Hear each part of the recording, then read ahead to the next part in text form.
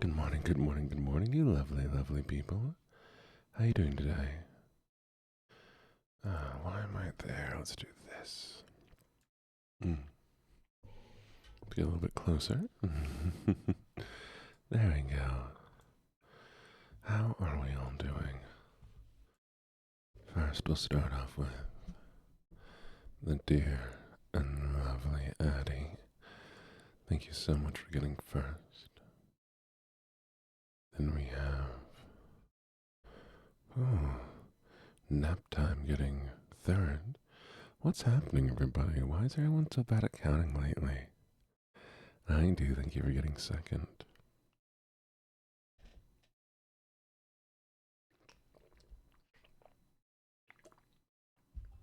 Good morning, Penumbra. Thank you so much for the follow. I hope you enjoy your time while you're here. That is most definitely what a VTuber is, Gunther. What is scanning? That would explain a lot. Even though Hattie keeps making it in the top 3. And nap time, thank you for checking in. Thank you, Jimmit. Lovely to see you. Well, Penumbra, you may have chosen the wrong stream to come into, because this is the soft-spoken ASMR stream. My evening ones are for waking up. My morning ones are for staying relaxed. Good morning, Lynx and Sakona and Honeydew and Jimmins. Good morning, Echo and Ocean and Dwarf. Thank you, everyone who's checked in this morning. Good morning, Mons. Good morning, Dar. I'm eating some Nutella cookies, which are absolutely delicious.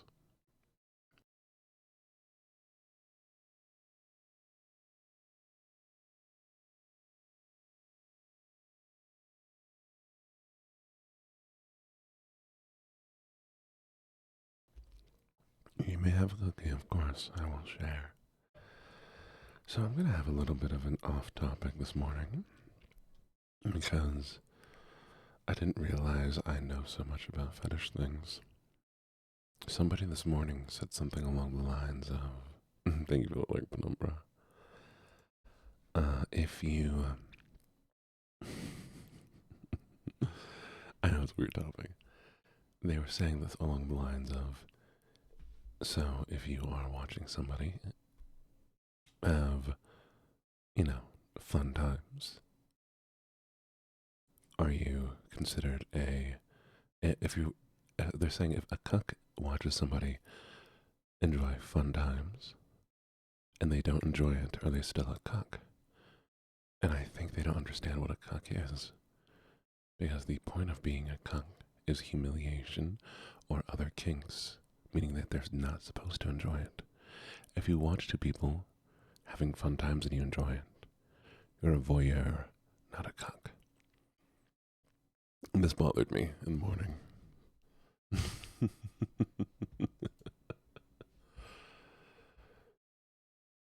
Anyways,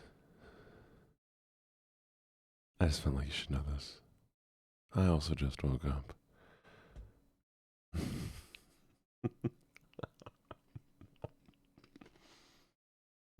Yummy cookie one.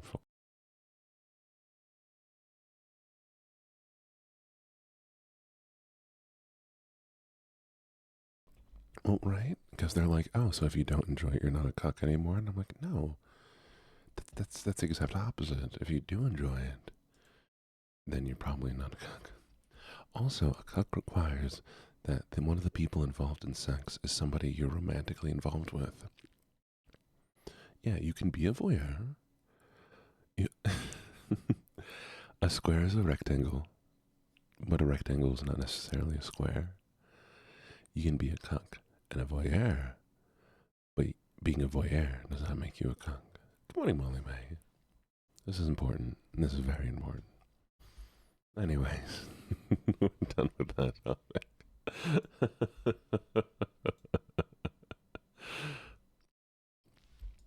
Like, this is the thing of the neurodivergent. Addie, don't tell me that. I'm about to draw charts. I will draw charts if you tell me you're confused. With stick figures and everything. I don't think you want that this early in the morning. I don't think we're good. Don't need to go any deeper on this. I will talk about this in the afternoon, okay? No, I will talk about this in the I think we have time. This is the ASMR part of the stream. I will I will talk about it in the afternoon. Somebody just remind me. Yeah, exactly, Shivets, exactly.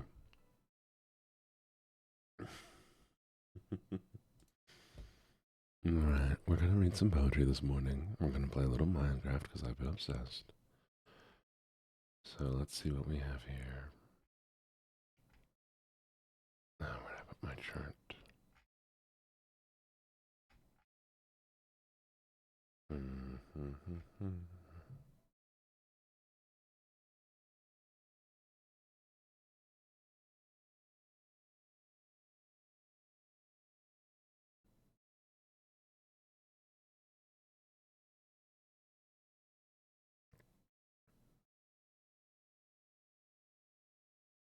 Ooh, wait a second.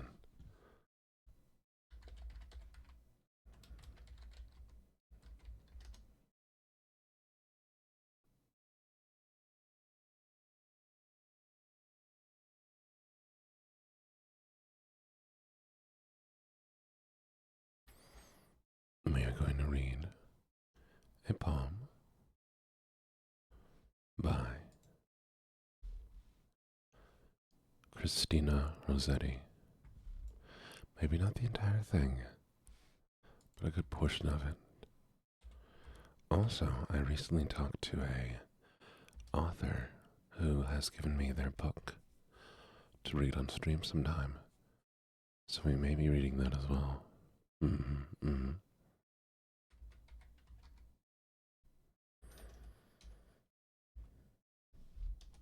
And so I hope you're all excited for that as well. I'm checking a Celsius for the stream apparently. Now, you're good. Are you ready?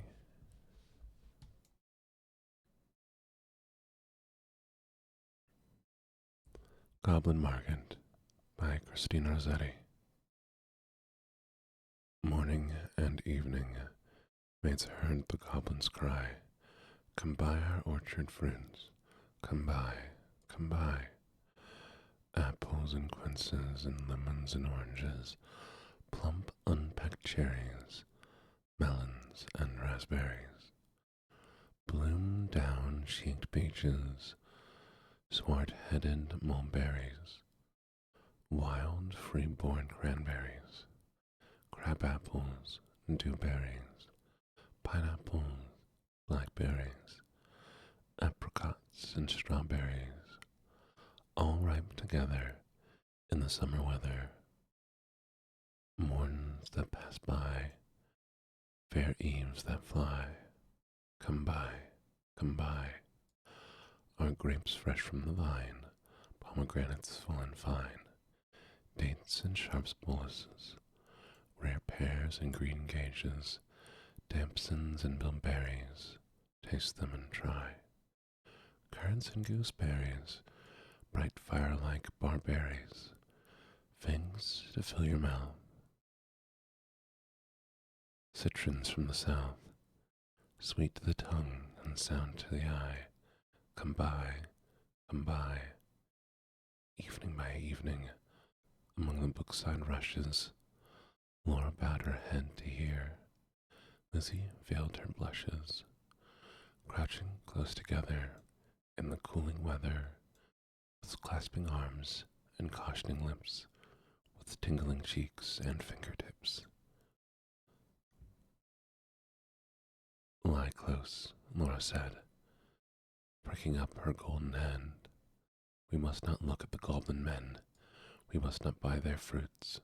Who knows upon what soil they fed their hungry, thirsty roots? Come by, called the goblins, hobbling down the glen.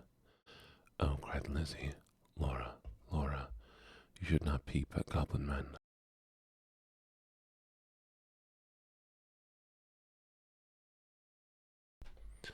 Lizzie covered up her eyes, covered close, lest they should look. Laura reared her glossy hand and whispered like the restless brook, look, Lizzie, down the glen tramp little men. One hauls a basket, one bears a plate, one lugs a golden dish of many pounds weight. How fair the vine must grow, those grapes are so luscious. How warm the wind must blow through those fruit bushes. Hi, James. How warm the wind must blow through those fruit bushes. No, said Lizzie, no, no, no. Their offers should not charm us. Their evil gifts would harm us.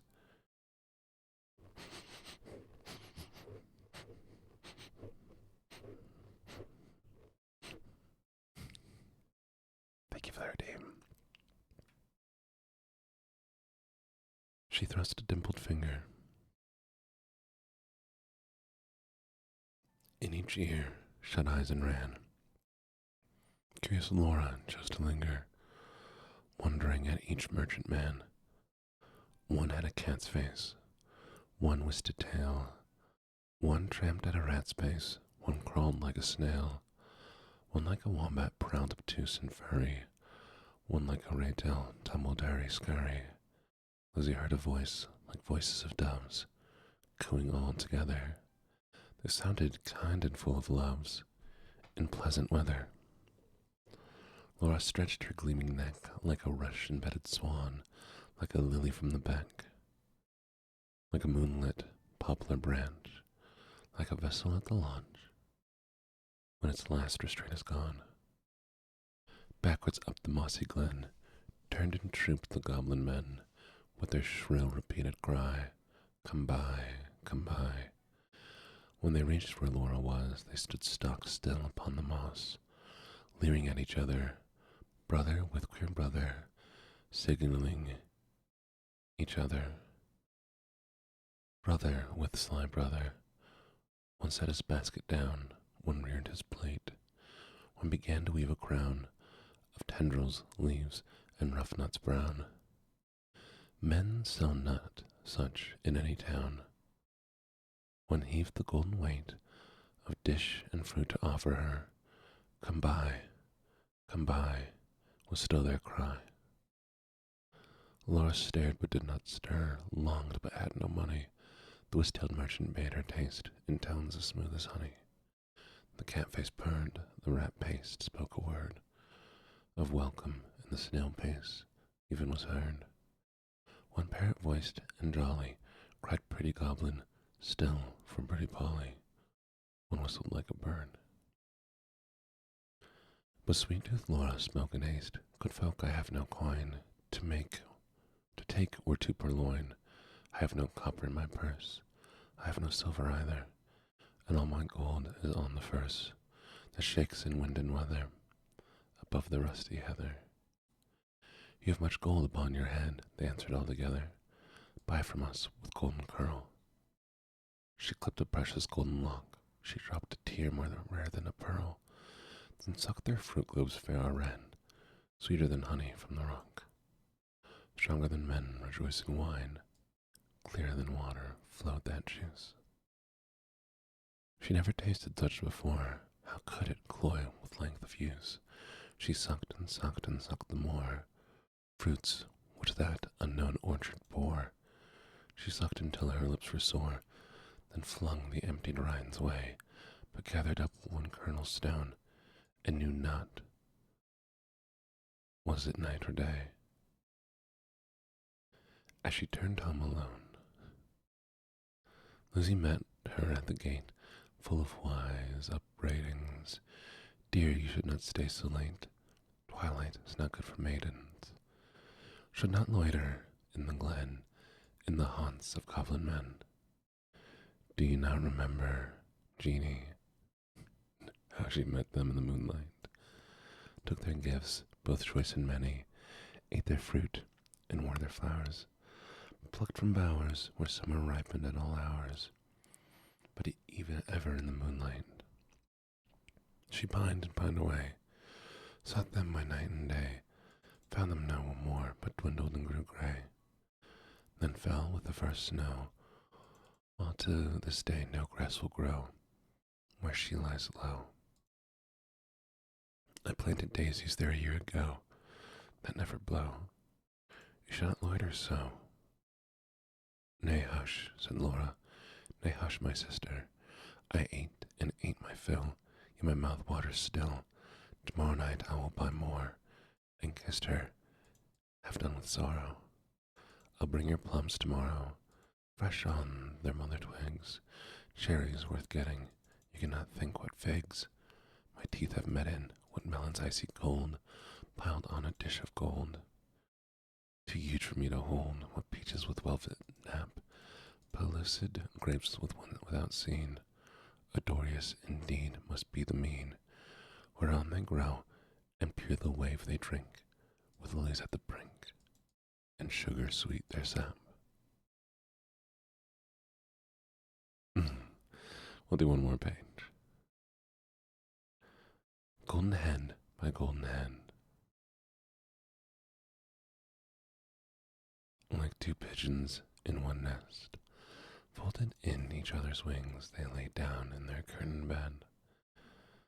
Like two blossoms on one stem, like two flakes of new fallen snow, like two wands of ivory tipped with gold for awful kings.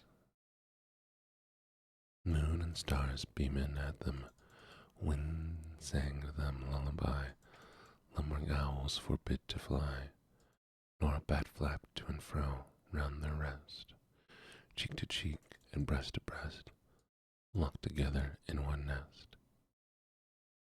Early in the morning, when the first cock crowed its warning, neat like bees as sweet and busy, Laura rose with Lizzie, fetched in honey, milked the cows, aired and set to right the house, kneaded cakes of white as wheat, cakes for dainty mouths to eat. Next churned butter, whipped up cream, fed the poultry, sat and sewed, talked as modest maidens should. Lizzie with an open heart, Laura in an absent dream, one content, one sick in part, one warbling for the mere bright day's delight, one longing for the night. At length slow evening came, they went with pitchers to the reedy brook. Lizzie moved placid in her look, Laura most like a leaping flame. They drew the gurgling water from its deep, Lizzie plucked purple and rich golden flags, then turned homeward, said the sunset flushes those furthest, loftiest crags.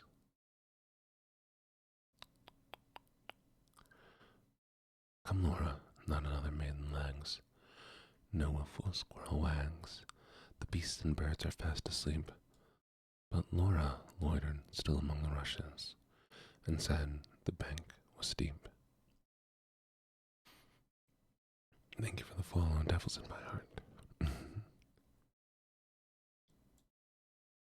And said the hour was early still, the dew not fallen, the wind not chill, listening ever but not catching the customary cry, come by, with its iterated jingle of sugar-baited words, not for all her watching, one discerning, even one goblin, racing, whisking, tumbling, hobbling, let alone their herds, that used to tramp along the glen in groups of single, of brisk fruit merchant men.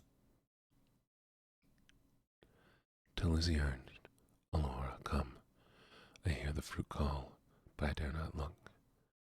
You should not loiter longer at this brook. Come with me home now.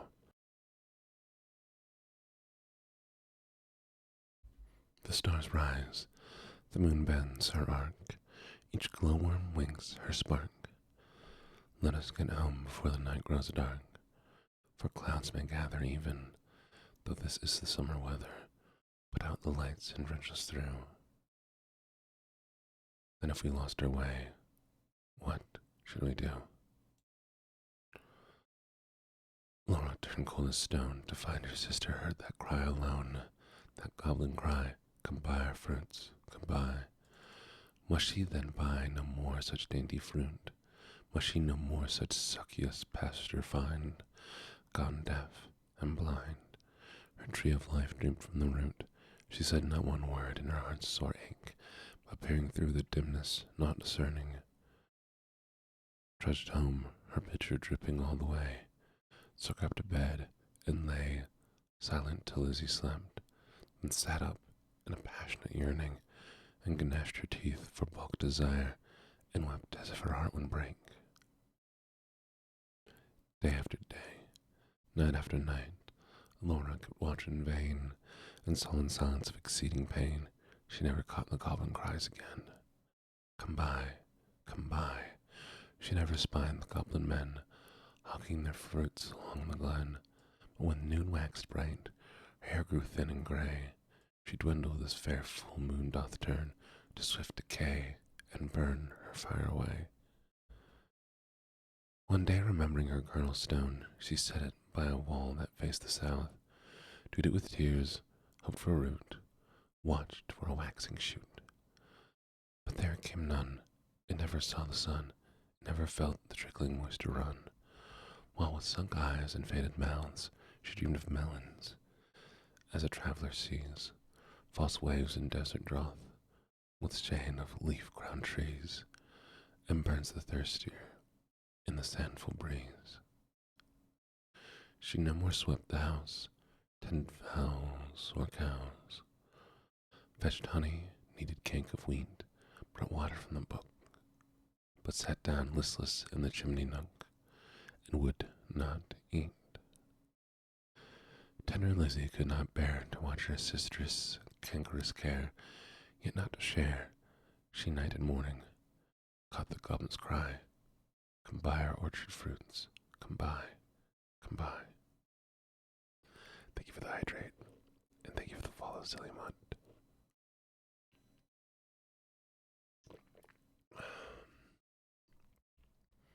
Beside the brook along the glen, she heard the tramp of goblin men, the voice and the stir. Poor Laura could not hear, longed to buy fruit to comfort her, but fearful to pay too dear. She thought of Jeanie in her grave, who should have been a bride, but for joys brides hoped to have fell sick and died. In her gay prime, in the earliest winter time, with the first glazing rime, with the first snowfall of crisp winter time, to Laura dwindling seemed to knock at death's door. Then Lizzie weighed no more, better and worse, but put a penny, so for penny in her purse, kissed Laura, crossed the heath with clumps of furze. At twilight, halted by the brook, for the first time in her life, began to listen and look. Laughed every goblin when they spied her peeping, came towards her hobbling, flying, running, leaping, puffing and blowing, chuckling, clapping, crowing, clucking and gobbling, mopping and mowing, full of airs and grace, pulling wry faces, demure grimace, cat-like and rat-like, rattled and wombat-like, snake-paced in a hurry, parrot-voiced and whistler, helter-skelter, hurry-scurry, chattering like magpies, fluttering like pigeons, gliding like fish. Hugged her and kissed her, squeezed and caressed her, stretched up their dishes, pannier and plates. Look at our apples, russets and dun, bob at our cherries, bite at our peaches, citrons and dates. Grapes for the asking, pears red with basking, out in the sun, plums on their twigs, pluck them and suck them, pomegranates, figs. Gold folk, good folk, said Lizzie, mindful of Jeanie, give me much and many. Held out her apron, tossed them their penny. Nay, take a seat with us, on and eat with us. They answered grinning, our feast is but beginning. Night is yet early, warm and dew pearly, wakeful and starry. Such fruits as these no man can carry. Half their bloom would fly, half their dew would dry, half their flavor would pass by. Sit down and feast with us, be welcome guests with us. Cheer you and rest with us. Thank you, said Lizzie, but one waits at home for me, so without further parleying, if you will not sell me any of your fruits, though much and many, give me back my silver penny I tossed you for my fee. They began to scratch their pates, no longer wagging, purring, but visibly demurring. Grunting and snarling, one called her proud. Ross gained uncivil, their tones waxed loud, their looks were evil. Lashing their tails, they trode and hustled her, elbowed and jostled her, clawed with their nails, barking, mewing, hissing, mocking, tore her gown and soiled her stocking, twitched her hair out by the root, stamped upon her tender feet, held her hands and squeezed their fruits against her mouth to make her eat.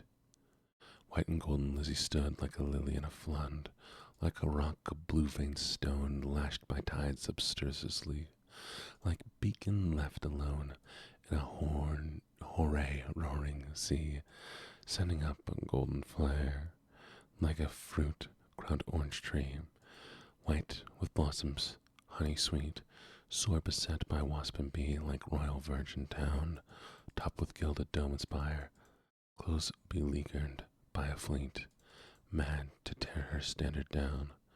One may lead a horse to water, 20 cannot make him drink. That the goblins cuffed and caught her, coaxed and fought her, bullied and besought her, scratched her, pinched her black as ink, kicked and knocked her, mauled and mocked her. Lizzie uttered not a word, would not open lip from lip, lest they should cram a mouthful in, but laughed in heart to feel the drip of juices that syruped all her face, and lodged in dimples of her chin, and streaked her neck, which quaked like curd. At last the evil people, worn out by her resistance, flung back her penny, kicked their fruit, along whichever road they took, not leaving root or stone or shoot. Some writhed into the ground, some dived into the brook with ring and ripple, some scuttled on the gale without a sound, some vanished in the distance. In a smart ache, tingle, Lizzie went her way, knew not was it night or day, sprang up the bank, tore through the furze, threaded corpse and dingle, yet heard her penny jingle bouncing in her purse. Its bounce was musical to hear, her ear. She ran and ran, and if she feared some goblin man, dogged her with gibe of course, or something worse, but not one goblin scurried after, nor was she pricked by fear. The kind heart made her windy paced, that urged her home, quite out of breath with haste and inward laugh. She cried, Laura, up the garden, did you miss me? Come and kiss me. Never mind my bruises, hug me, kiss me, suck my juices, squeeze from goblin fruits for you, goblin pulp and goblin dew. Eat me, drink me, love me, Laura, make much of me. For your sake I have braved the glen, and had to do with goblin merchantmen. Laura started from her chair, flung her arms up in the air, clutched her hair. Lizzie, Lizzie, have you tasted for my sake the forbidden fruits? Must your light like mine be hidden, your young life like mine be wasted, undone in mine undoing, and ruining in my ruin? Thirsty, cankered, goblin-ridden, she clung about her sister, kissed and kissed and kissed her. Tears once again refreshed her shrunken eyes, dropping like rain after long sultry drouth. Shaking with her anguish, fears, and pain, she kissed and kissed her with hungry mouth. Her lips began to scorch, that juice was wormwood to her tongue. She loathed the feast, writhing as one possessed, she leapt and sung, and rent all her robe, and wrung her hands in lamentable haste, and beat her breast. Her locks streamed like the torch borne by a racer at full speed, or like the mane of horses in their flight, or like an eagle when she stemmed the light, straight towards the sun, or like caged thing freed, or like a flying flag with armies run. Swift fire spread through her veins, knocked at her heart, met the fire smoldering there, and overbore its lesser flame. She gorged on bitterness without a name, a fool to choose such part of soul-consuming care. Senses failed in the mortal strife, like the watchtower of a town with an earthquake shatters down. Like a lightning-stricken mast, like gibbet, like a wind-uprooted tree, spun about like a foam-topped waterspout, cast down a headlong sea. she fell at last. Pleasure past and anguish past. Is this death or is it life? I read your name, Chippets, and it immediately threw me off.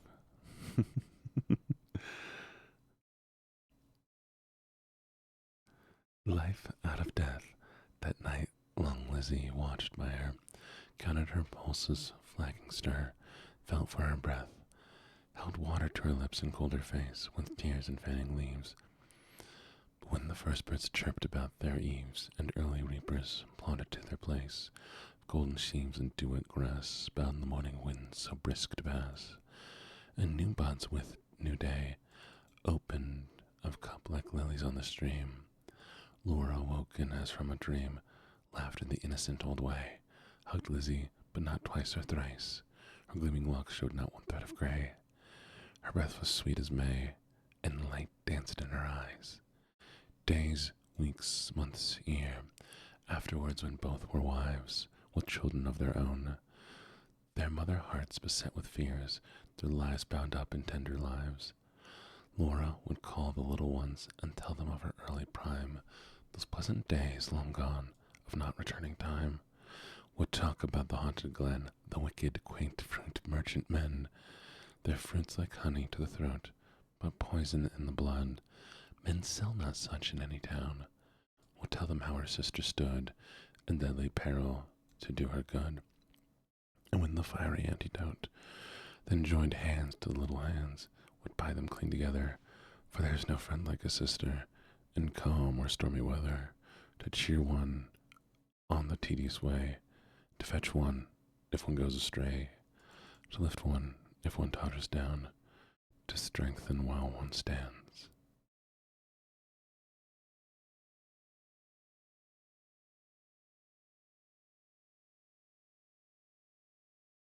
Hmm.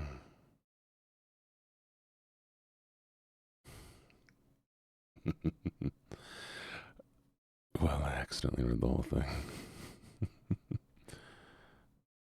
But I really enjoyed that one. Hmm.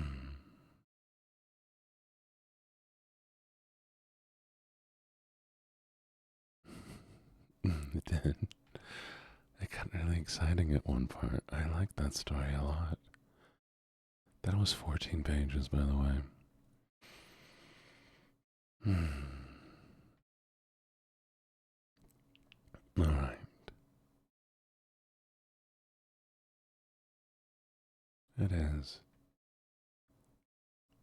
I like reading older stories because we have words in our head and ideas of what they mean. You and I know what a goblin looks like.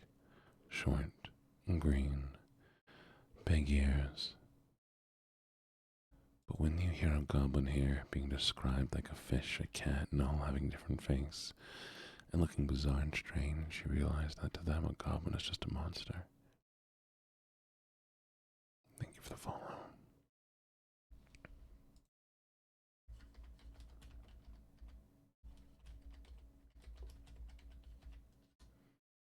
Hmm.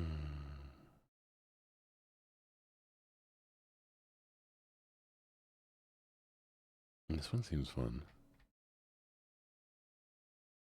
In summer, the daylily opens its lavish orange petals for the sun, and withdraws at night, enfolding itself in a sacred and sacred stillness. This is where my myriad song of the million birds dwell, nestled in the throat of the lily. And in the lily's protective keeping, a dream of the moon rises over the blue forested hills, and follows its dream course through a universe of stars, warm in the remembrance, yet cold in their distance. While the starry winds and the night birds tentative twitter nudge the dreamy head of the lily, whose sleep is the half-held memory of the sun, and the song of birds kept safe in their nests. The lily encloses the whole of earth, night and day, as a flower, and thus Aori fallen.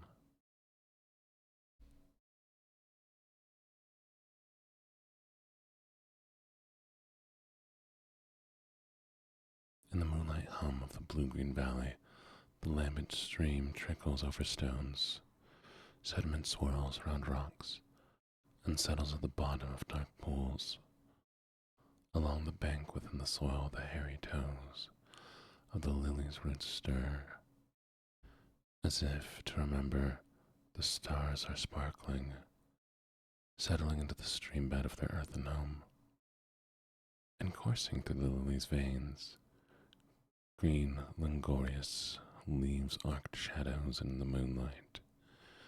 It is when the lily, like the dream flight of geese at night, begins to sense with the colder strands of its valley, warmer winds at interms mingled, then it slowly begins, just so much, to rouse while laps of beneficent wind as curved or long, lingering or swift as the slopes of green hills. Thank you, Blue Valley lilies. And blue oceans beyond the horizon and beneath the sun come like the underwater sway of currents through the tree limbs.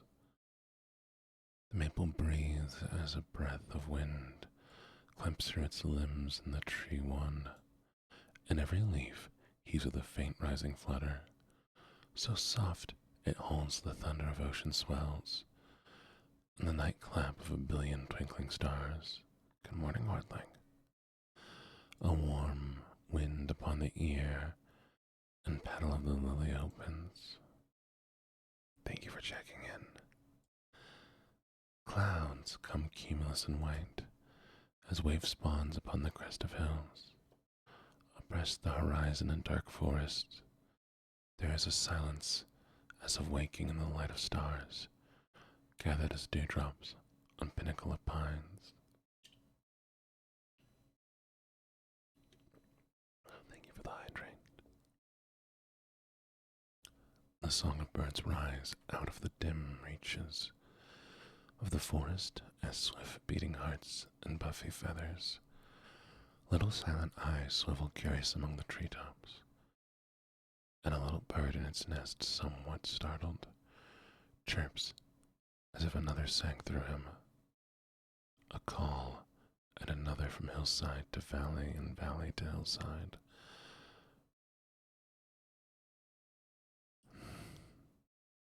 Again and again in the distinct expanding song.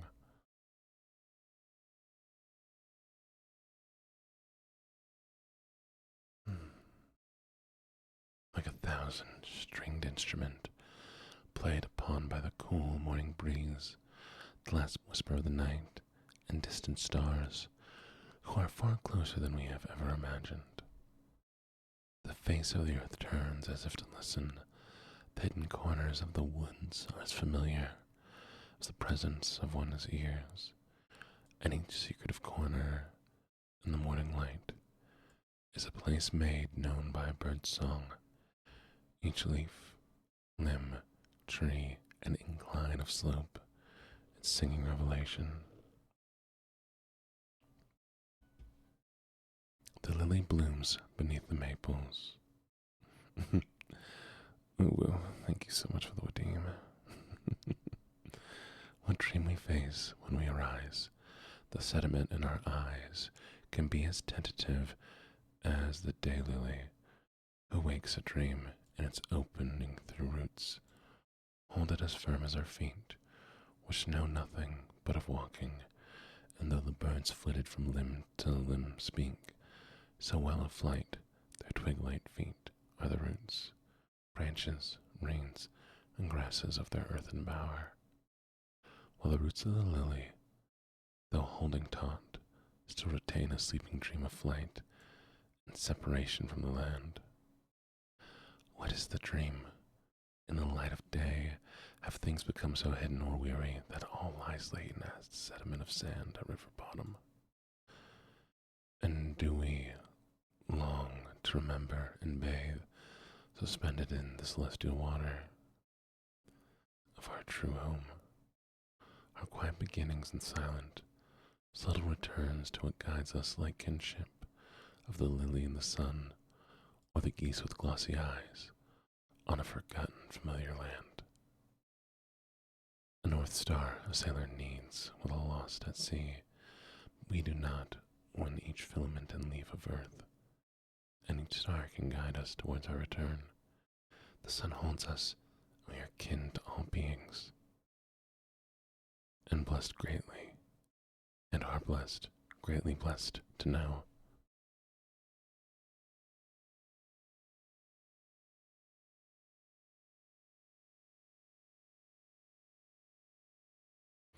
And that is the daylily. Who is it by? Not a single clue.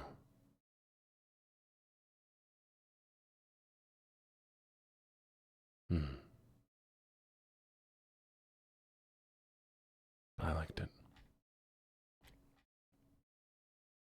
I just saw somebody have the name Lily, Blue Valley Lilies. I was interested about reading a poem about lilies. Hmm. And there we go. And now it's time for a little bit of soft-spoken gaming. To round out the morning. Maybe we'll end with another poem.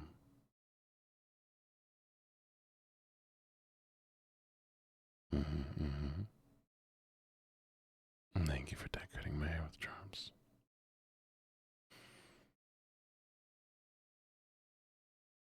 With each purple curtain fills me, thrills me.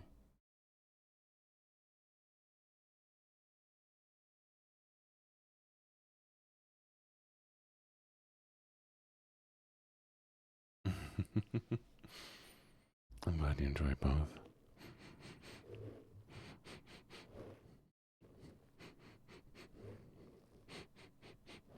Mm-hmm.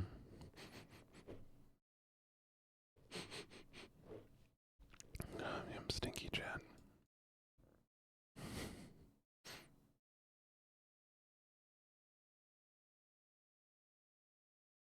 Of course you may. Of course you may.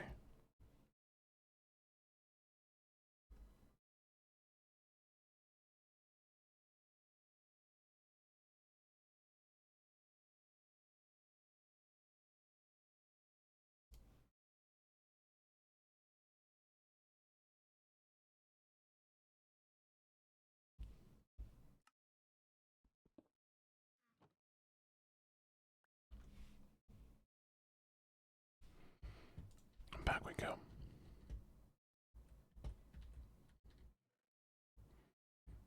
Mm, I should make this place prettier. But we look for materials to keep us alive.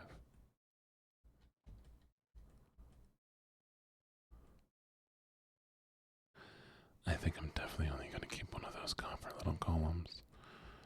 Because to hear him constantly open boxes would probably drive me insane eventually.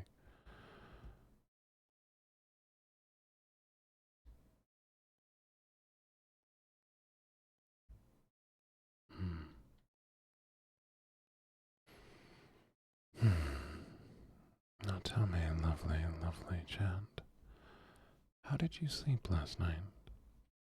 Did you get enough sleep? Or do you feel like you haven't slept enough yet? How many of you still haven't slept at all? No. You know what I think is funny? We say slept like a baby, right? Like it's something positive. But have you ever seen a baby sleep? How long it takes them to fall asleep? And how awfully they do when they do sleep? One, they wake up over and over and over again. They sleep so fitfully. Is that really how you want to sleep?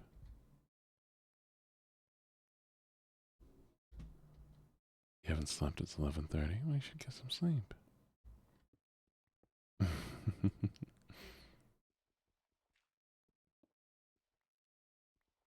I'm glad, Keely. I'm very glad. I like being the background noise to your morning.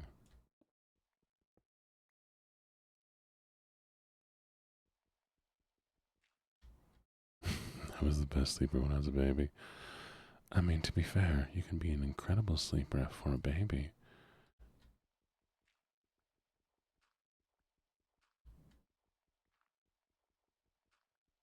It's not that babies sleep well. Hmm.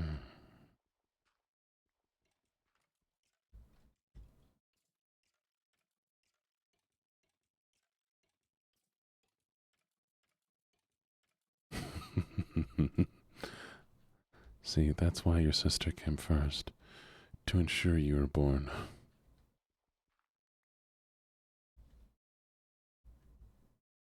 I think I accidentally murdered a poor little skeleton. I feel a little guilty as such.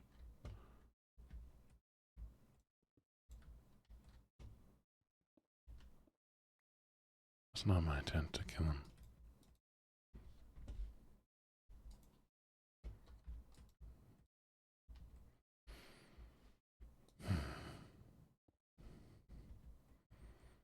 I think it's funny.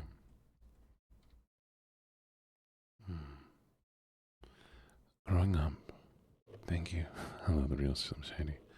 Thank you for standing up. Thank you for the hydrate. And thank you for the stretch. Hi, Hoshi, darling. How are you doing today? Hoshi, do you have a poem you enjoy? Do I have a favorite font? My favorite font is not pretty. My favorite font is goofy looking, and I used to like using it for my videos. I like it because its name is so dumb. Boogaloo. Course Blue Valley Lilies. We'll do some more poem reading in time. But you don't want to do Boogaloo, trust me. Helvetica is also nice, very simple font.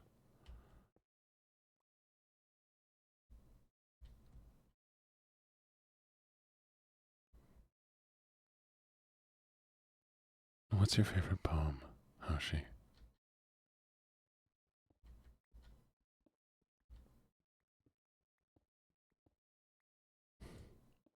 It's goofy. Poems, stories, same things.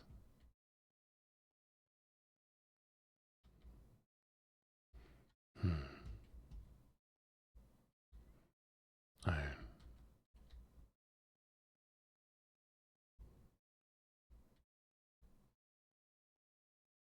I need more iron.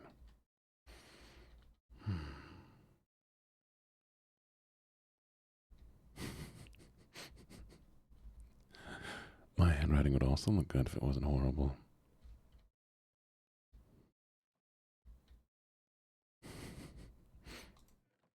I don't know why that's silly to me.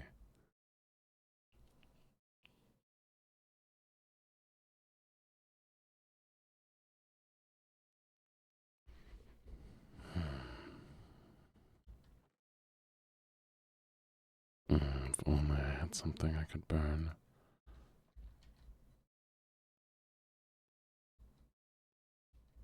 Of course it is, Carmia. You have reason for that, though. Teaching, people have to be able to read your handwriting. That's why if I taught, everything I made would be typed.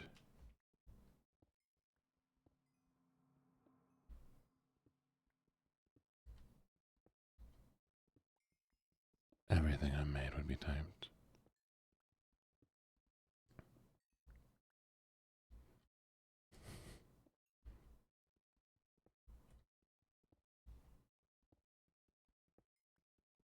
I can't read my handwriting on a good day. I have. You do have nice handwriting. I'm not.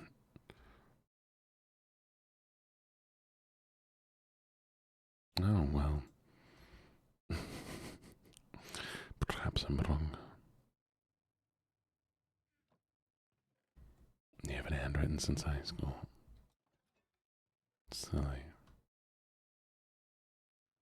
Puppy can't read. It's true. It's true. I'm sorry, chat. I can't read.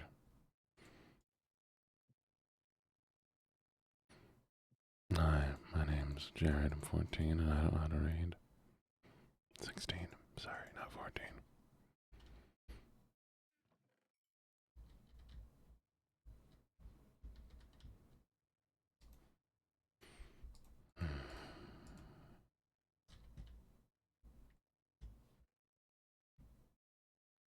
You know how doggo can't, can we? I can only count to 4. I can only count to 4. I can only count to 4. If you know the title of it, I wouldn't mind looking it up. Or is it one you've written?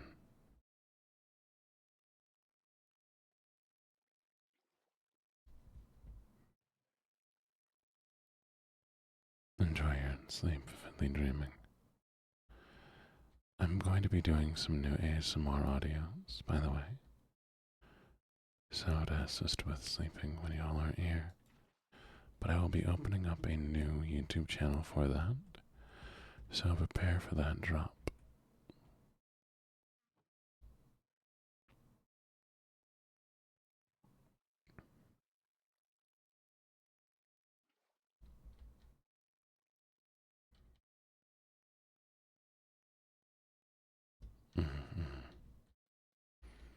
I hired someone to write me a bunch of scripts. And they did.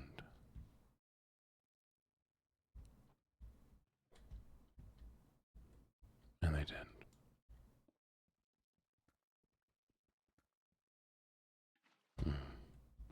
Oh, have I asked for a shout out for Hoshi yet? If I haven't, lovely, lovely mods, would you mind shouting out Hoshi?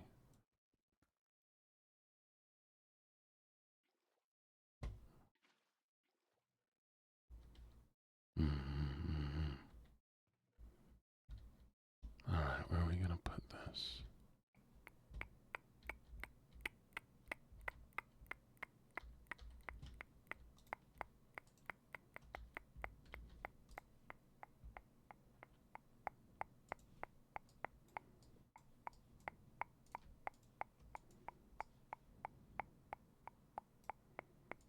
I need 2 more iron.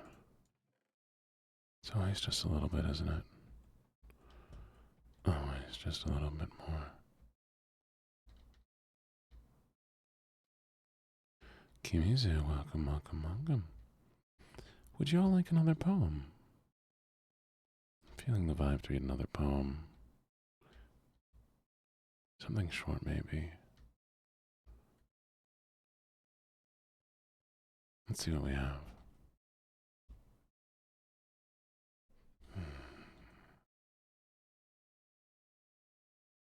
Everyone is made of stardust. It's very true. It's very true. Even I am stardust. Even you.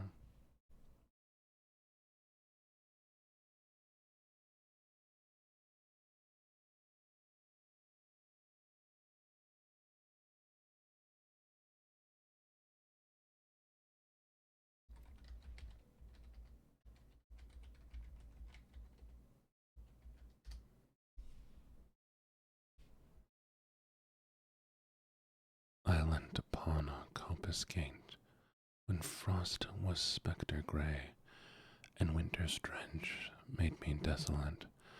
The weakening eye of day, the tangled vine stems scored the sky like strings of broken lyres, and all mankind that haunted nigh had sought their household fires. The land's sharp features seemed to be the century's corpse outlined, his crypt the cloudy canopy, the wind his death lament. The ancient pulse of German birth was shrunken, hard, and dry, and every spirit upon the earth seemed feverless as I. At once a voice arose among the bleak twigs overhead, and a full-hearted evensong of joys unlimited. An aged thrush, frail, gaunt, and small, and blessed beruffled plume had chosen thus to fling his soul upon the growing gloom, so little cause for caroling of such ecstatic sound was written on terrestrial things, afar or night around, that I could think there trembled through his happy good night air some blessed hope whereof he knew, and I was unaware. The Darkling Thrush by Thomas Hardy.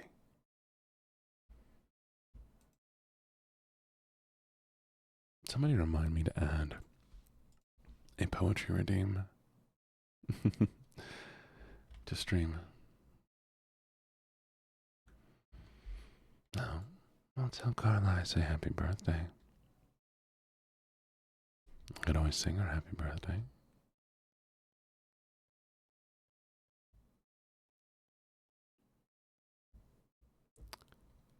Happy birthday to you.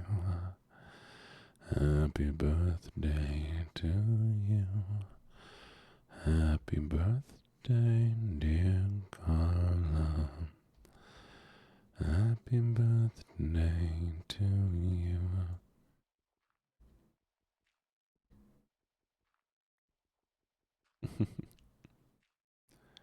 Chant. Uguay's quote be considered a poem?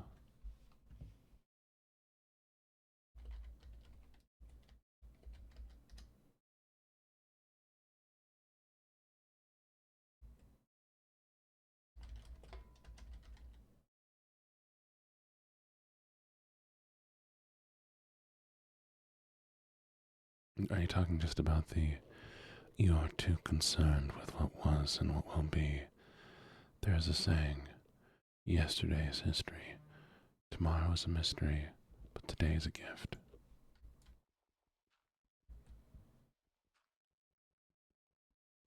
But today is a gift.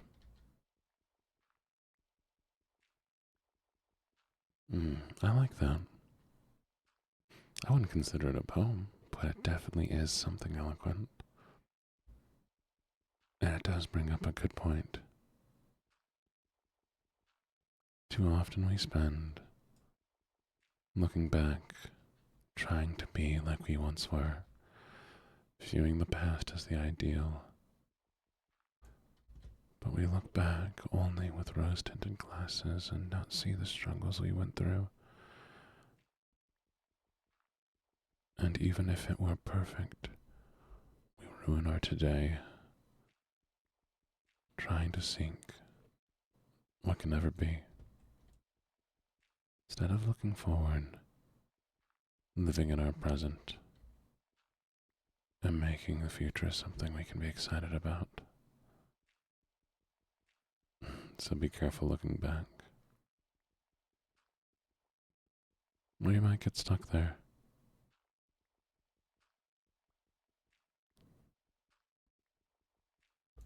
Something I've been thinking a lot about. Good morning, Volva. How are you doing?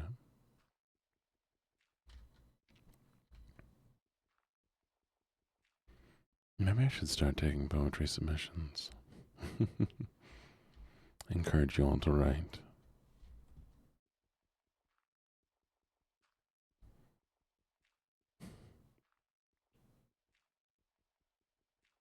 I'm doing very good.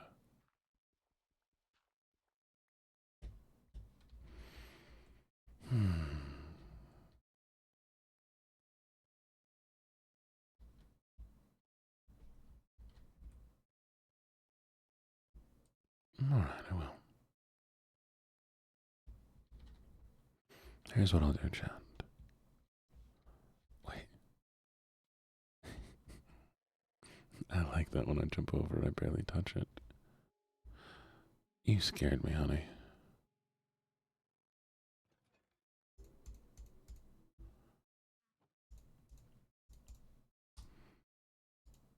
What was I doing? My brain's gone. I have no brain. Does somebody want me to lend me theirs instead? So perhaps I can keep track of things. You could Shakespeare is one of the worst poets that you should try to be like. Writing stupidly formatted things, coming up with words that don't exist. Shakespeare is not an ideal. He's fun. I like his writing. I like his stories. They're interesting.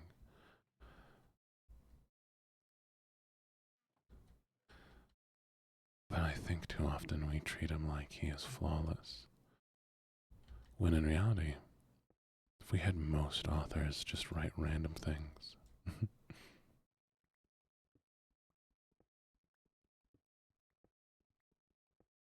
Write random words that don't exist. We call them crazy.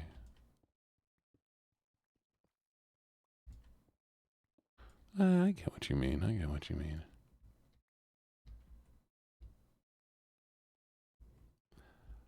Shakespeare wrote to entertain, and so his stuff was written in ways that even those of the time could not understand what he had written.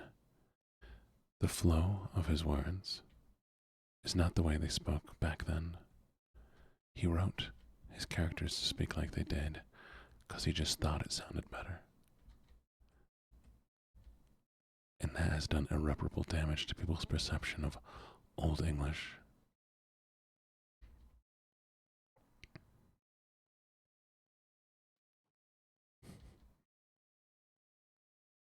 Which I think is hilarious. I generally think it's.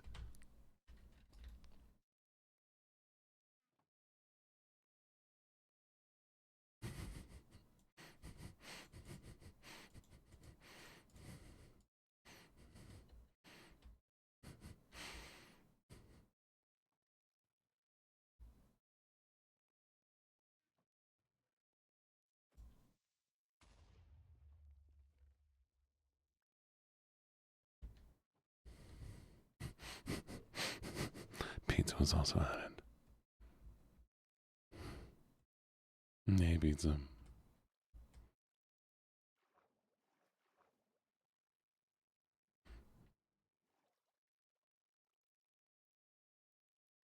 Skip it a bit. Skip it a bum. Yes, yes. Skip it a bum. Damn.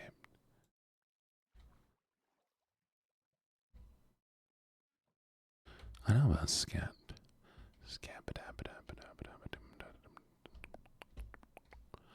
I'm the scat man.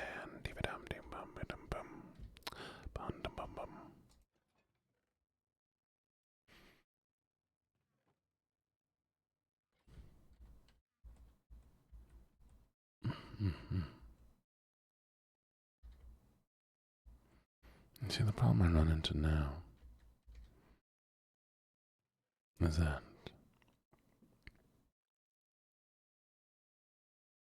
scatting is just making sounds. In a way.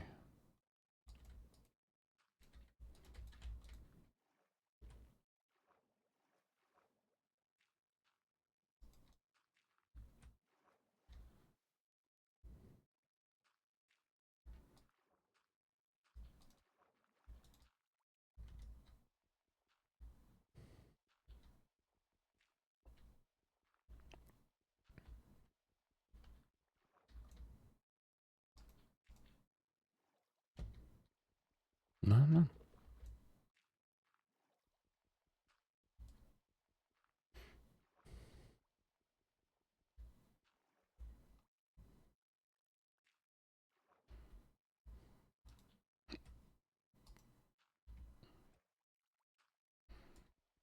Have you heard about the fact that they are making a Skibidi movie directed by Michael Bay? Mm-hmm. The Skibidi series was purchased by some people, and they tried to sue Gary's Mod for infringement of using their characters. And then it was brought up the fact that Gary's Mod was used to make the characters. And so technically they could not sue because there was no ownership or rights.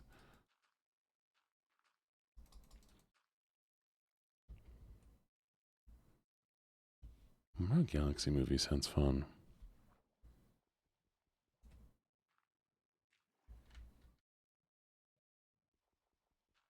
Yeah, exactly. Like, it's not. It is kind of interesting, honestly. I don't hate what they did.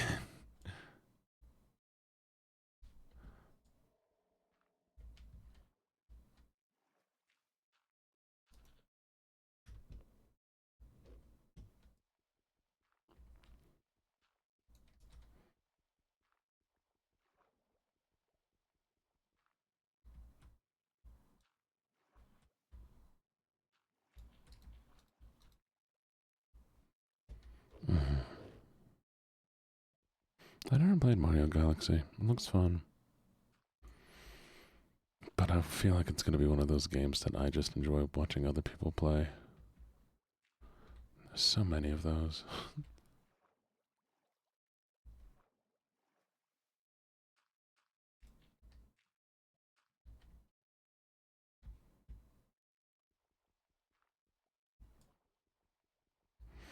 Yeah, to be fair, I mean, like, there wasn't really much original characters they could make with Greymon.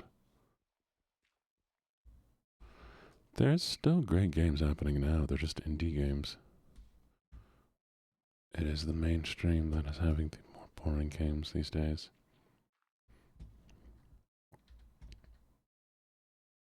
There's still plenty of games to play.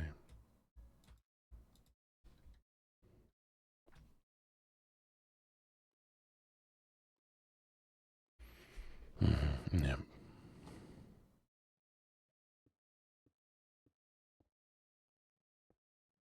With the Wiimote, oh, that's fun.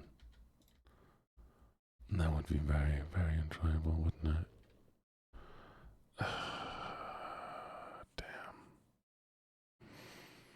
Damn. Okay, well, if we make all of this sticks, we have 1, 2, 3, 4, 8, 9, 10, 11, 11, 3, 6, I know. That gives us 5 pickaxes to work with. Hmm.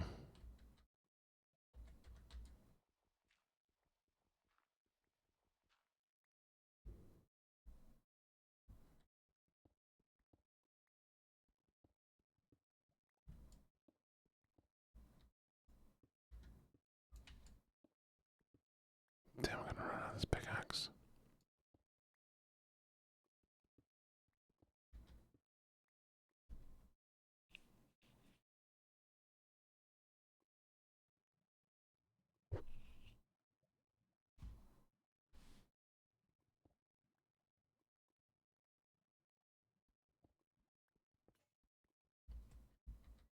It's right there.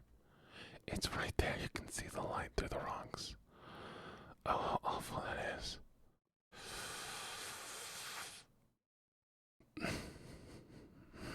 Be smart. Be smart. Be smart. Be smart. Be smart. Be smart. Be smart.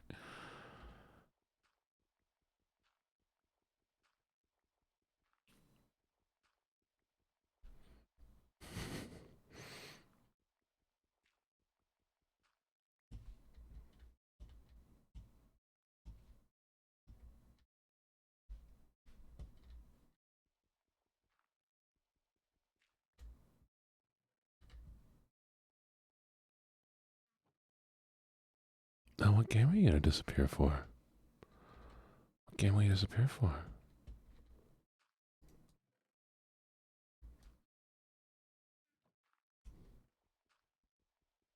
Mm. Oh, well, you can always keep me on in the background for that. Unless you're needing to watch exclusively people who are going to be playing it.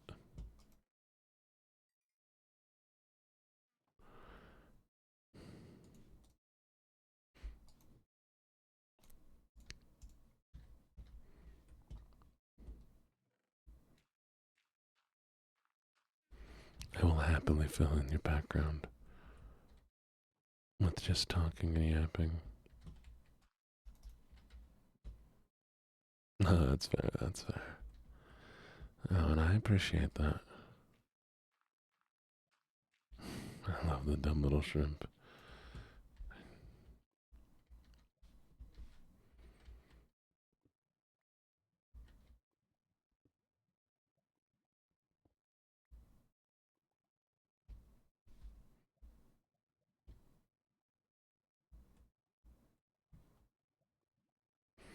Shit, I'm scared.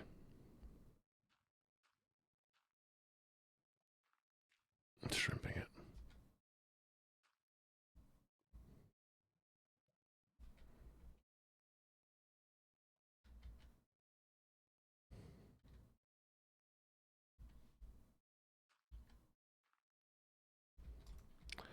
Be shrimping it hard.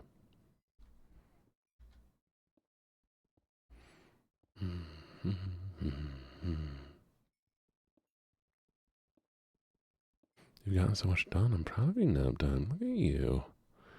Look at you getting so much done. Did you take a nap? Did you get some nap time in?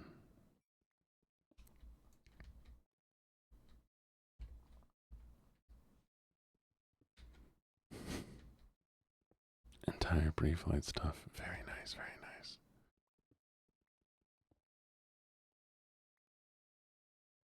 Yeah. Right on your phone. If you write it on Google Docs, you can also send it to me a lot easier.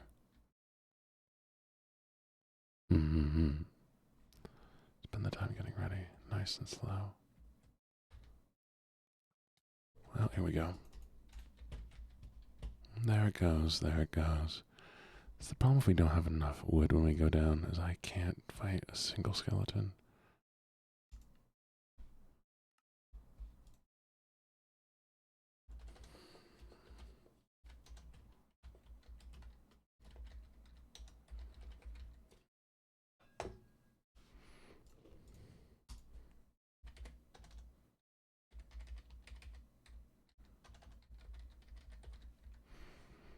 I need to make a skeleton grinder.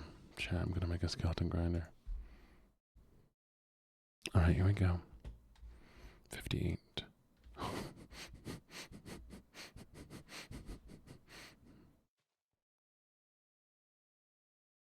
So at 5:13. What a place to start.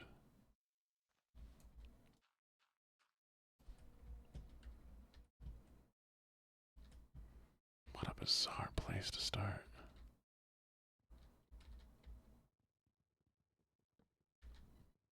Thank you.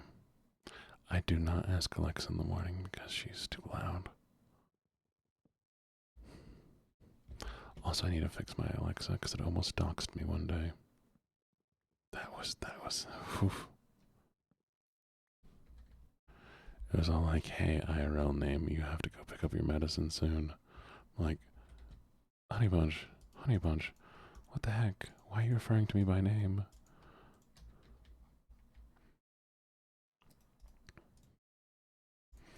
I do think it's funny that nobody knows that whenever a streamer says roommate, they're either referring about themselves in third person or a significant other. Or family member. I mean, like, roommate is almost always just a term used to be like, person who's not related to me. But haha, actually.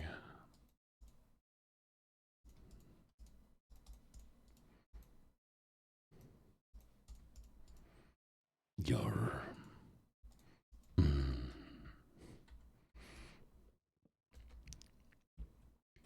What did the pirate say when he had a steering wheel of a ship stuck down his pants? Yar, it be driving me nuts.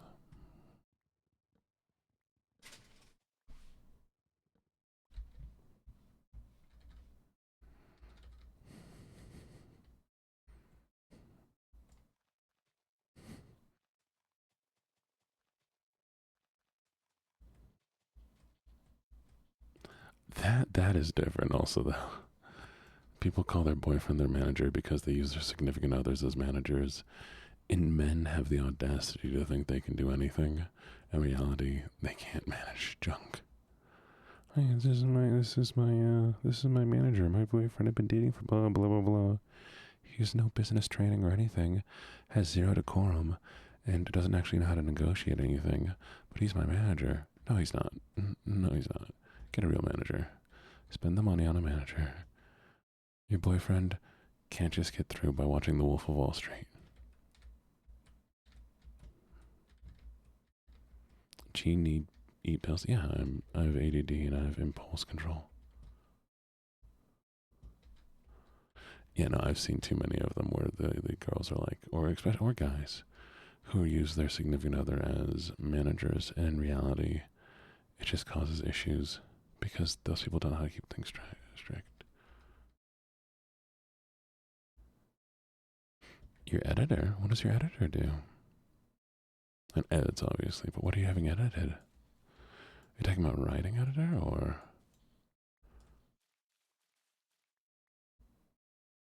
What's up, you know? Really what? Oh, scripts you write. Nice. No, but I've seen like complaints from companies. I've seen companies give complaints being like, don't use your significant other as your manager. They're not actually a manager. They don't know how to negotiate. They don't know how to discuss things. They don't bring up points.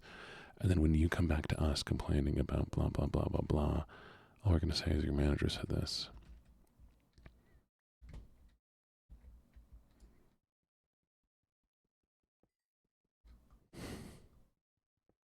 Mm-hmm.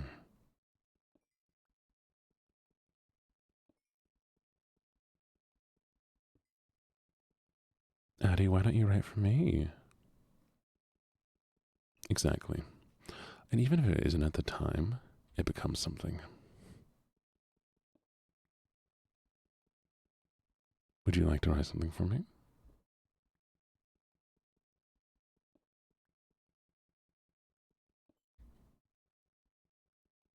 No, you don't have to. I'm just asking if you'd like to write something for me. If it's not something you'd like to do, I would not want you to do it.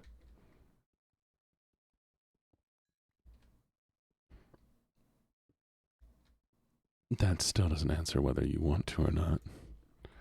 I will do a lot of things I hate.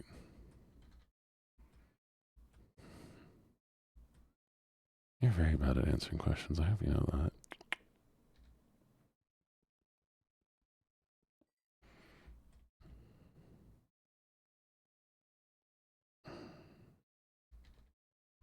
See, it makes sense if there's dripstone here, but there's no dripstone.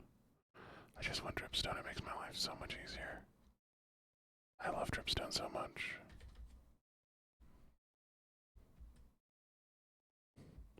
No, see, that means that you like writing. You still have yet to answer my question. Would you like to write something for me?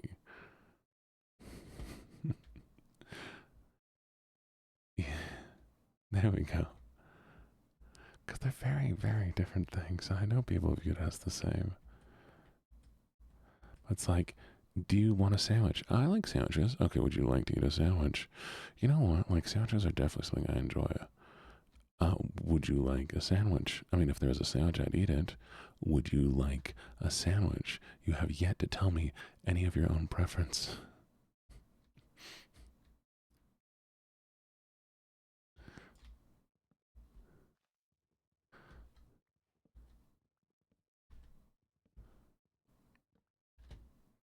You know, it's funny. I do the same thing. I do the exact same thing. So often I will just avoid answering a question because I'm just so used to not answering questions. Exactly. I've gotten better at saying yes to things. That's how I got a TV in college. I know, but then again, that feels like you're people pleasing.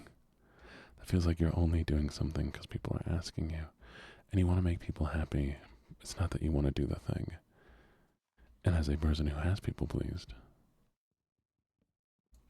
please do, please, Moreau, please, Moreau, please, Moreau, please, Moreau, please, Moreau, please, Moreau, please, Moreau, please, Moreau, please, please, please, please, please, please, please, please, please, please, learn Blender, learn Blender, learn Blender, learn Blender, learn Blender, learn Blender, learn Blender.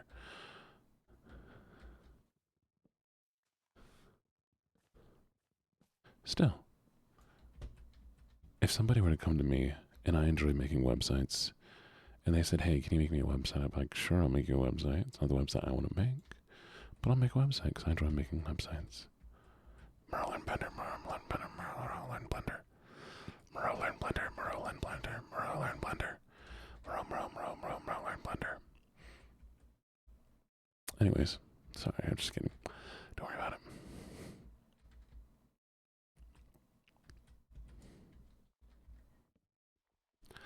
Oh, I'm gonna have a 3D model eventually. And if you learn Blender, I can pay you to make me assets. And you can help me develop an entire world of stuff. Oh, easy.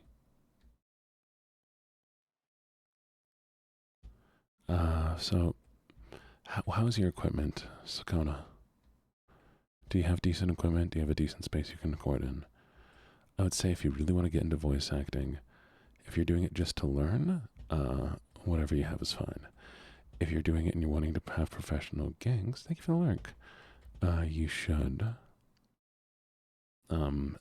make sure that you have the proper equipment for it.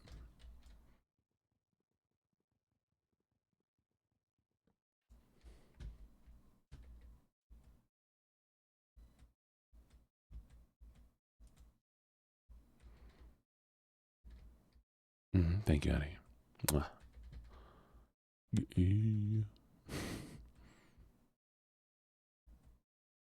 Okay. Next, I would suggest, auditioning for a few projects. Go to Casting Couch Club. The Casting Couch Club is a lovely, lovely, lovely site for different voice acting opportunities. There you can audition for a bunch of things, see if you can get some roles. If you get a few roles there, then you're on your way to being a voice actor. Yes, I know, Casting Couch. Or Casting Call Club? I don't remember. 1 second. Casting Call Club. Sorry, not Casting Couch. Shush. Casting Club. Casting Call Club. Enjoy your eating. Bye, Wolfa.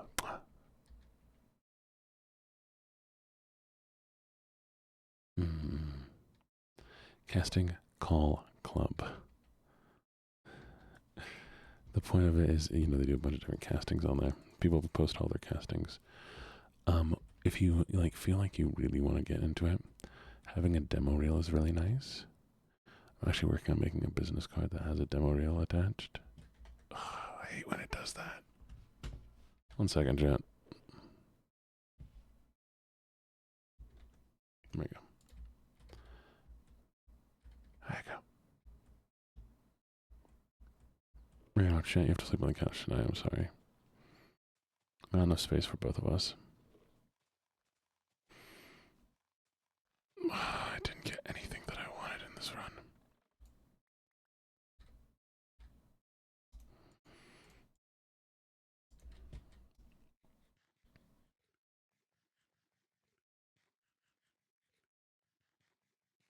No, you don't.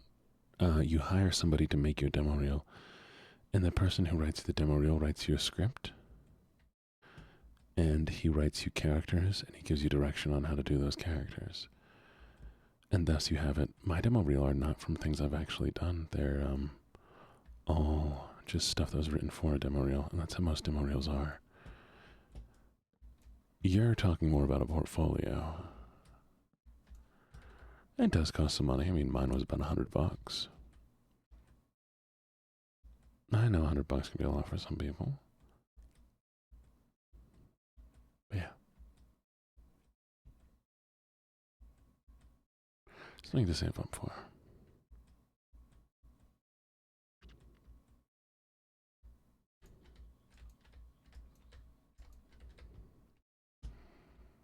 Alright, chat. There we go.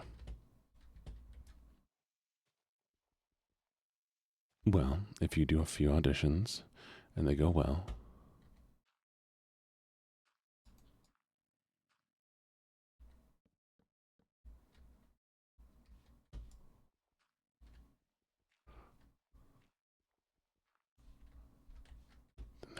will always be happy to, pay for your stuff. Sure, send it to me.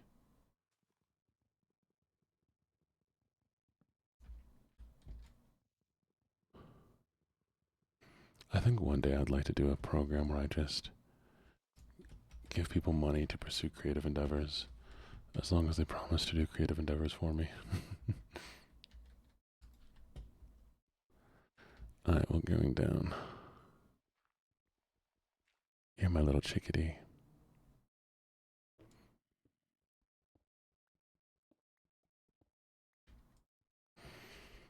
Have a good day at work.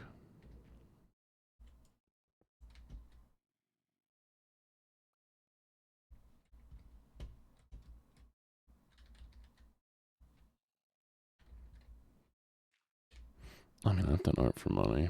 My art wasn't necessarily good.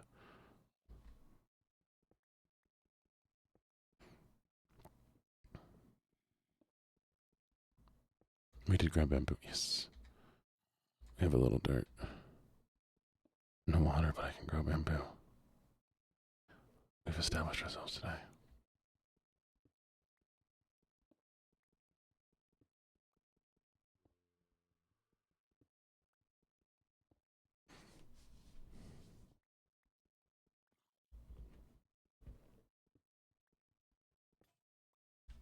You bastard.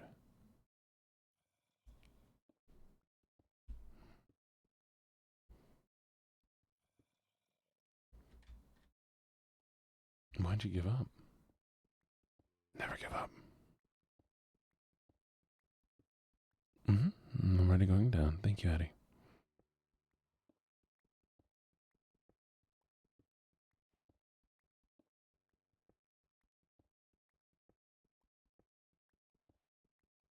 No, don't be a quitter.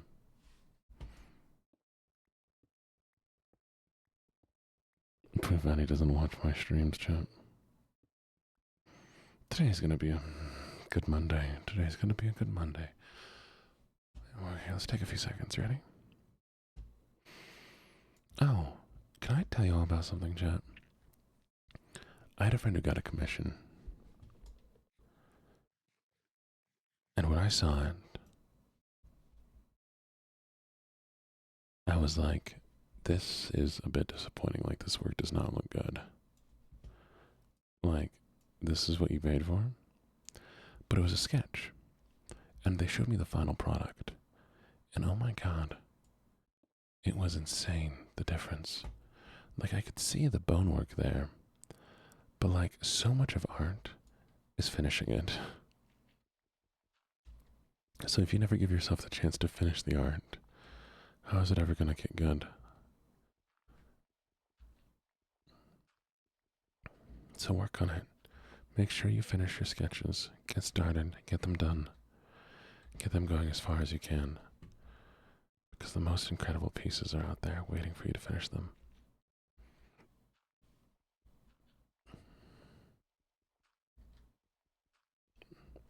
And you only get better by finishing. Because it is that whole long process that it takes to get better. One of my worst best writings was the thing I did for NaNoWriMo, where I wrote that long, long story, 1,667 words every day, and my writing improved massively. Smut's not hard to write. Smut is not hard to write at all.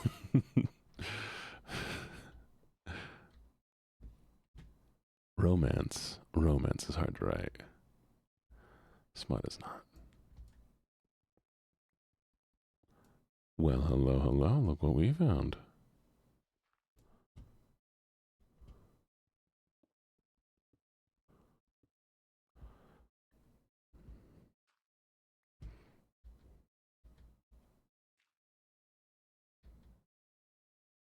Hmm.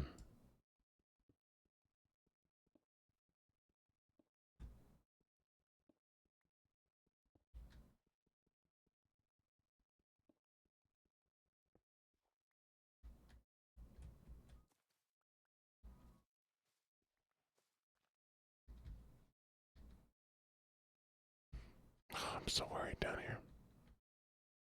Okay, here's the plan. We're gonna brick off this space. 1, 2, 3, 4, 5, 6, 7.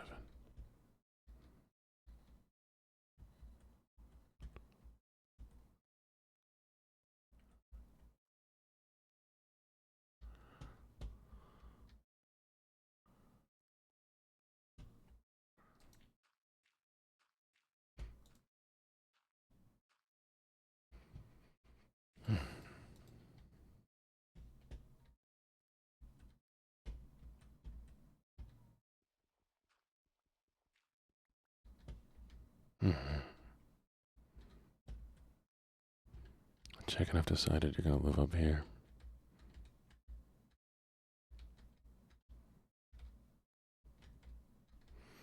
No, no, get in the corner. Get in the corner for doing black magic. Get in the corner for doing black magic. Come on. Hey, hey, get in the corner for doing black magic. Where'd you go? Not that corner. Get in the hall for doing black magic. Come on. He didn't even want to walk. He didn't want to walk? No.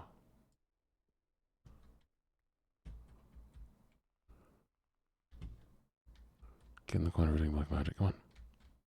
Get in the corner.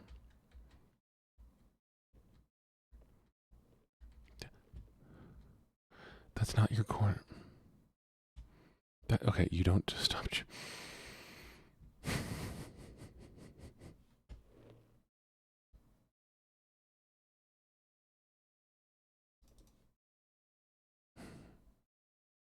Only gnomes who don't do black magic get their gnome bacon.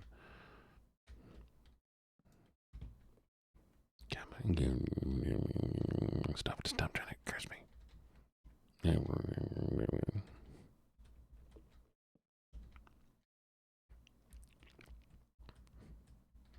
Chat, I'm touching grass, chat, I'm touching grass, look at me too.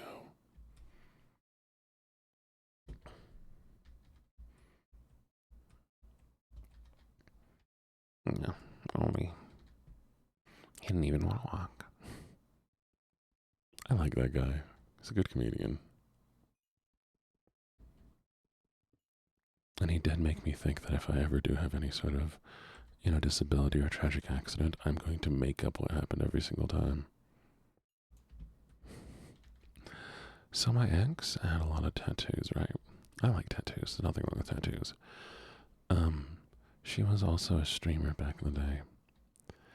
And had a giveaway or competition, basically, that by raffle would decide whose initials she put on her body. And there was one person who won. So she just has 2 random initials on her ankle. And so anytime somebody were to ask about it, I would always make up a new situation, being like, oh yeah, that person saved her from a fire while she was drowning during a scuba diving incident. It's so funny.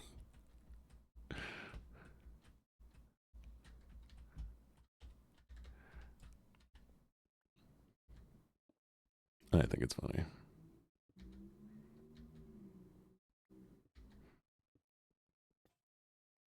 Me personally, hilarious.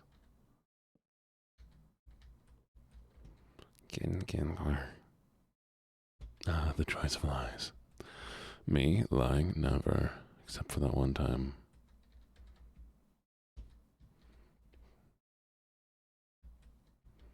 I've never lied in my entire life, chat. I hate lying, actually. But I did win a lying competition, which, honestly, a little impressive if I do say so myself, How many of you have ever won a lying competition, huh? Exactly.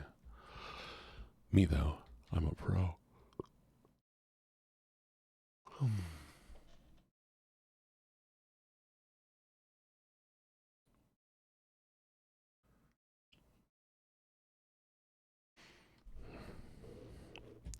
I'm honestly just really bad at lying in general, chat, though. Like, you couldn't, every time I lie, you'd immediately know. You'd be like, oh, look, Gene's lying again. I actually, smell different when I lie. It's not a bad smell. It's almost like chocolate sometimes. It's like really like earthy smell about me when I lie. Mm-hmm. Yeah.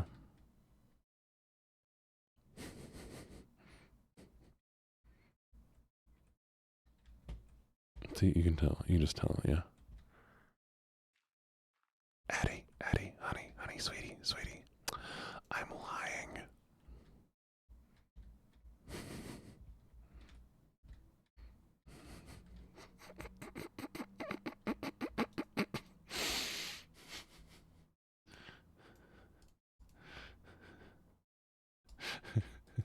I just did a whole bit about how I lie all the time.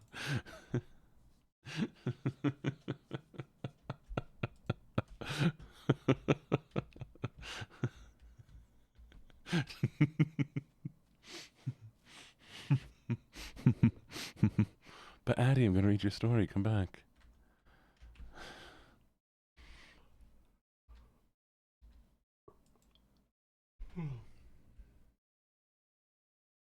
Good night, Keely.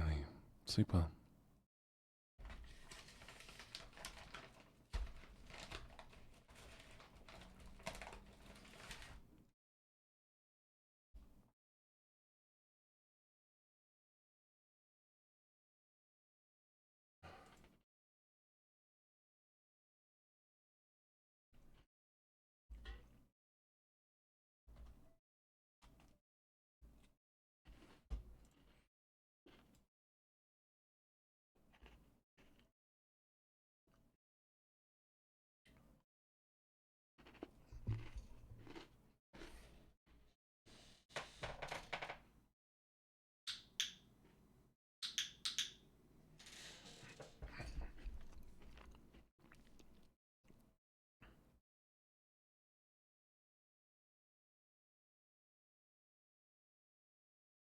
Yeah, Dwarf requested the click. That's all.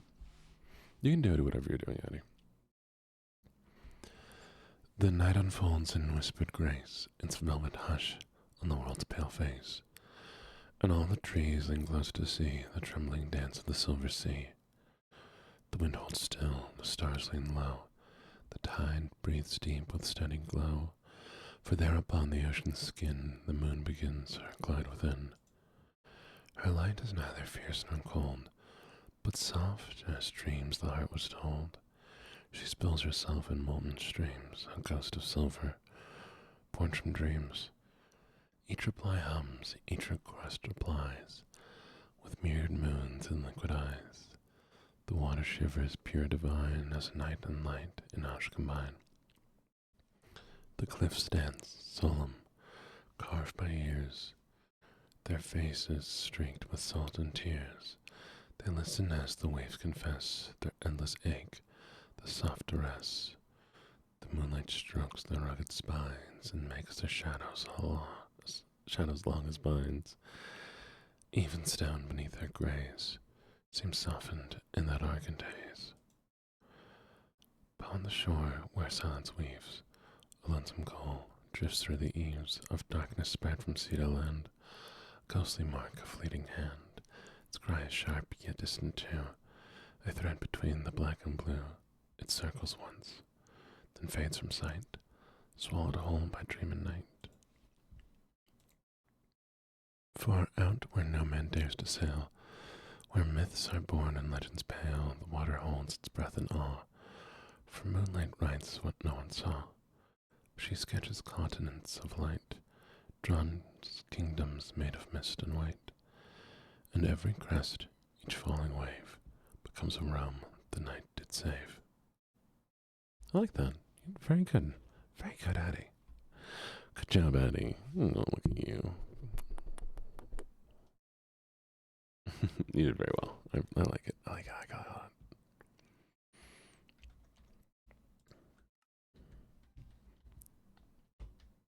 Do you know what my favorite rhyme scheme is? I like ABAB.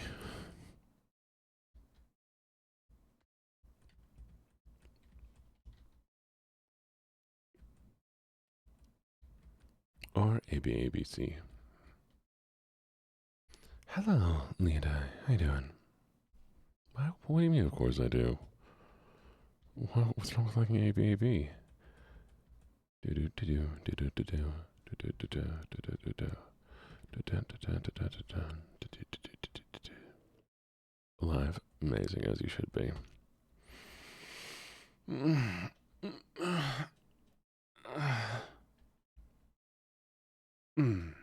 Stretch.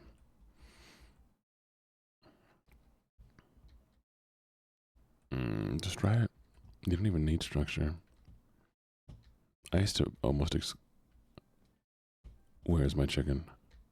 Where's my chicken? Where's my chicken? Where's my chicken? Where's my chicken? Where's my chicken? Where's my chicken? Where's my chicken? Oh my god. Baby girl, what are you doing over here? Stop it.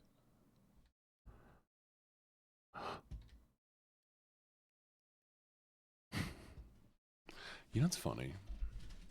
My essays used to get better grades until I started following APA format. And I tried to learn it and understand it, but it was so like I lacked understanding so much that it just made my writing worse.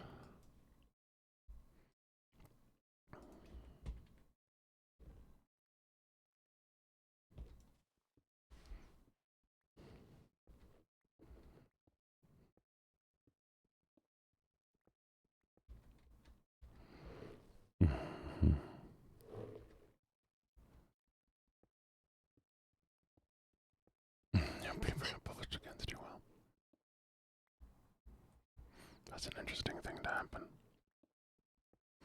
It is a form of writing stuff, at least in the States and other places. It's how you do essays and how you credit them.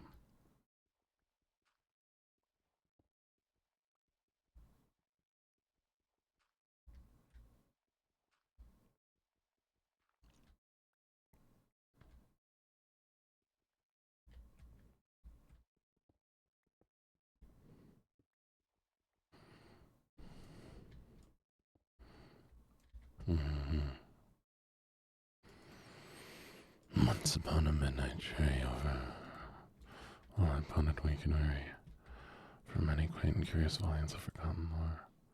While I nodded, nearly napping, suddenly there came a tapping as of someone gently rapping upon my chamber door. The door I mutter, and only to the thing more. Why'd you leave? I just woke up. Oh no. We're gonna be ending stream very soon. I am so sorry, Pink. If it wasn't for work, I would stream forever. Never stop streaming. Imagine if I never stopped streaming, chat. What if I just did like the I'm only sleeping streams constantly? Just always streams. Always streams. Like a dream within a dream. Only stream, only stream. Never stopping. Only popping.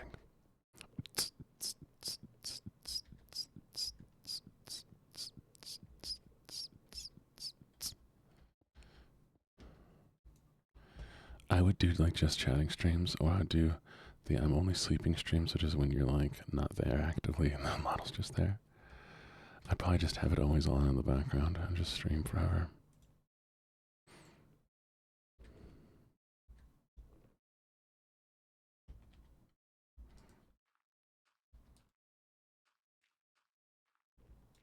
Okay, here's the plan. I need to make as much yelling as I possibly can. Oh yeah, no, I wouldn't make people model.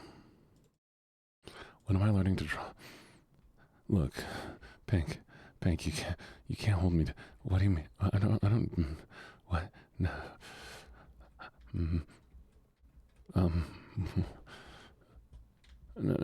Never. You can't make me. I do want to learn how to draw, but ever.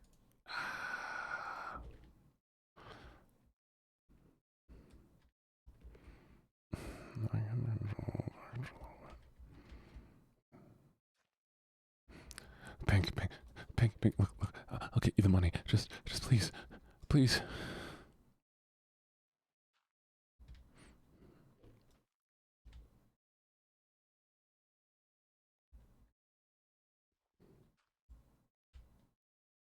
Hmm. Hmm. Hmm.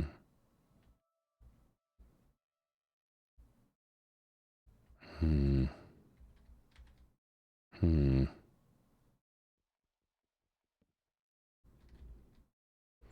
What if all we see or seem is just a dream within a dream? Okay. How do I make more watermelon in a way that actually makes sense? Okay, so you watermelon go here, watermelon go here, watermelon go here, watermelon go here. Perfect. Okay. So now I need.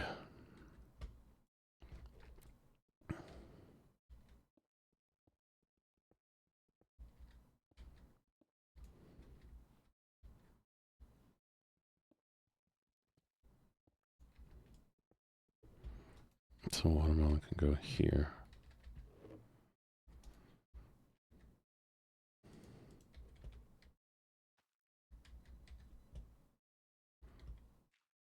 Here.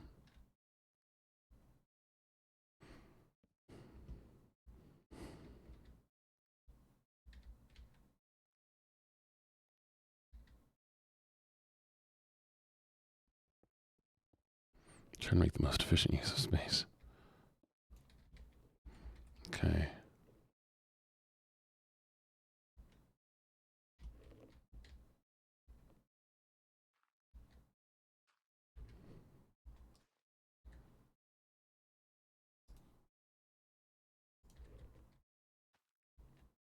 Mm-hmm.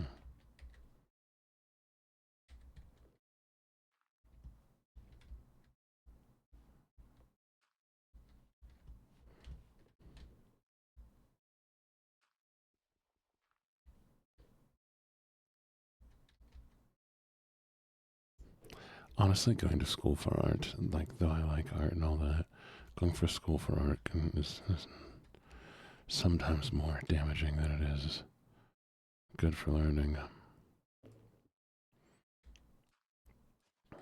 Because they try to make art a thing that can be just graded, and it's hard to grade art.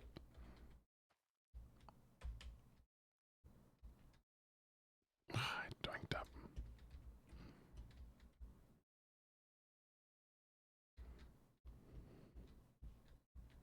That's so different now.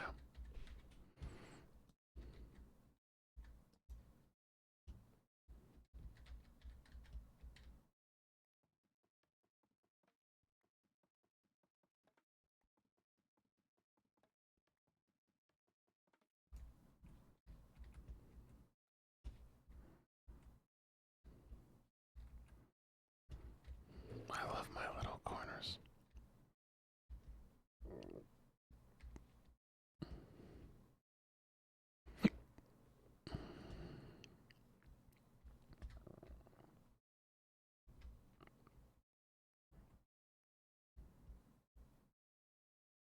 You don't call me Gene anymore. What do you call me? Big meanie deenie with the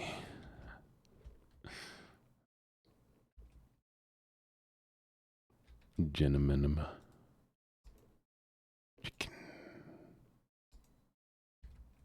Why? Oh, shoot, chat. I gotta go. Okay, we're gonna go right out to somebody. Ready?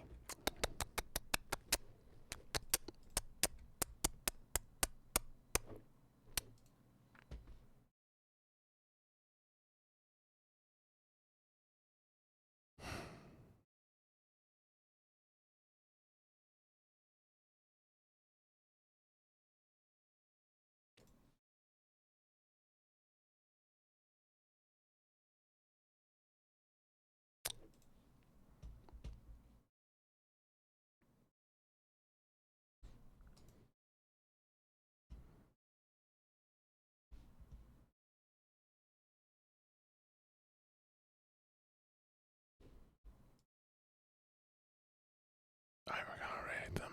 You ready? They're so cool.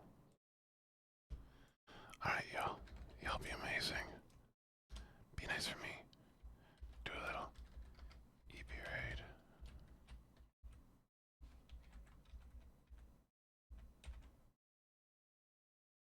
There are so many of you here today, I didn't even realize. So, okay, I hit them, okay?